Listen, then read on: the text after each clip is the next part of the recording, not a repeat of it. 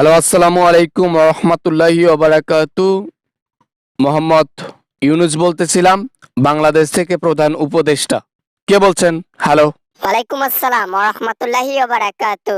আমি হাসিনা বলতেছি, ওরফে হাসু, দিল্লি থেকে। কিছু কথা বলবো তো, মনোযোগ দিয়ে শুনবেন ইউনুস স্যার। শুনবেন নাকি রেখে দেবেন? ফোন যেহেতু করেইছো সেহেতু কথা না বলে তো আর উপায় নাই। এই সমস্যা নেই, আমি একটু ফ্রি আছি, শুনতে পারি। কি বলতে চাও? খুব জলদি বলো, 2 মিনিটের মধ্যে কথা শেষ করবা। তোমার সাথে কথা বলার চাইতে কাজকে দাম দেব বেশি, কারণ যার তার লগে আমি কথা বলি না, বিশেষ করে স্বৈরাচার আর খুনি। সে আপনি যাই বলতে পারেন, সমস্যা নাই। দেশের মধ্যে আপনি না বলেছিলেন দেশের মানুষ শান্তিতে ঘুমাবে, কই শান্তিতে তো ঘুমাইতে পারতেছে না। চারিদিকে ডাকাতি, চাঁদাবাজি আর রাহাজানি চলতেছে। চুপচাপ আছি তার মানে এই নয় যে আমি কখনো এদের বিচার করব না। চুপ আছি এই জন্য প্ল্যান করতেছি দেশের মানুষকে কিভাবে সুরক্ষিত রাখবো। যখন নামবো মাঠে না, তাও পাবে না তোমাদের লোক। এবার না মানে কি বলতে চাচ্ছেন আপনি? আমাদের লোক মানে আপনি কি বলতে চাচ্ছেন যে আমাদের লোক আমি ফিটিং করছি চাঁদাবাজি করার জন্য, ডাকাতি করার জন্য, মাস্তানি করার জন্য? হ্যাঁ, বাবা কি কি কি বলতে চাচ্ছেন আমি? আরে হাসিনা, তোমার থোদর বদর খাওয়াতে এইটা প্রমাণ হচ্ছে যে লোকগুলো সেট আপ তুমিই করছো। করো, সমস্যা নাই। ওই লোক আর বেশি দিন ওগুলা করতে পারবে না, রাহাজানি চিন্তাই করতে পারবে না। আসতেছি। কই আসবেন স্যার? কোথায় আসবেন? বুঝলাম না, কই আসবেন? রাস্তার মধ্যে নিজে নামবেন নাকি? হা হা হা হা। রাস্তার মধ্যে আমি নামবো না, ওদের বাপদের নামাই দেব। হ্যাঁ, ওদের বড় আব্বাদের নামাই দেব, সেনাবাহিনী নামাই দেব।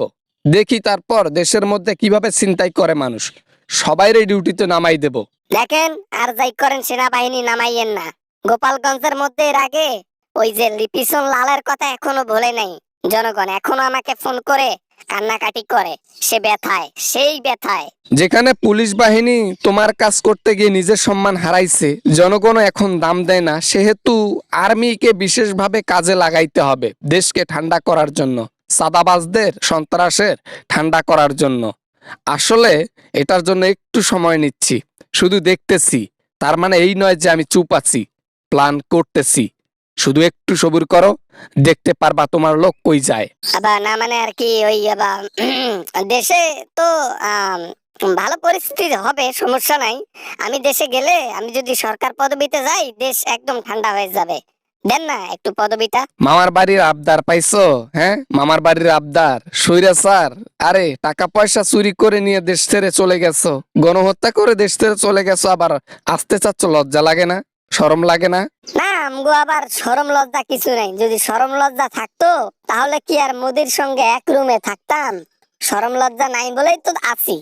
আর রাজনীতিতে শরম লজ্জা করতে নাই, বুঝছেন স্যার? সি সি সি, আস্তাগফিরুল্লাহ। এই ফোন রাখ তুই। তোর সাথে কথা বলে নিজের রুচিটাকে নষ্ট করে ফেলছি। আর কখনো আমাকে ফোন করবি না উল্টাপাল্টা কথা বলার জন্য। সি সি সি রে ননি, সি। সিসি সিরে ননি না, সিসি সিরে হাসিনা, এইটা হবে। যাই হোক, নিজের বদনাম নিজে করতে চাই না। ফোনে কথা বলতেছি জন্য একটু মজা করলাম। হ্যাঁ, আমি দেশে আসবো, রেডি থাকিয়েন। দেখবো আমি কেমনে আপনি আটকান। আমি আটকাবো না তো। দম থাকলে দেশে আসো, জনগণই তোমাকে আটকাবে। জনগণ একদম পাওয়ারফুলে আছে, বুঝতে পারছো? সেনাবাহিনীও এখন তাদের কাছে তাল পায় না। তুমি আসো, উড়ে যাবা, উড়ে।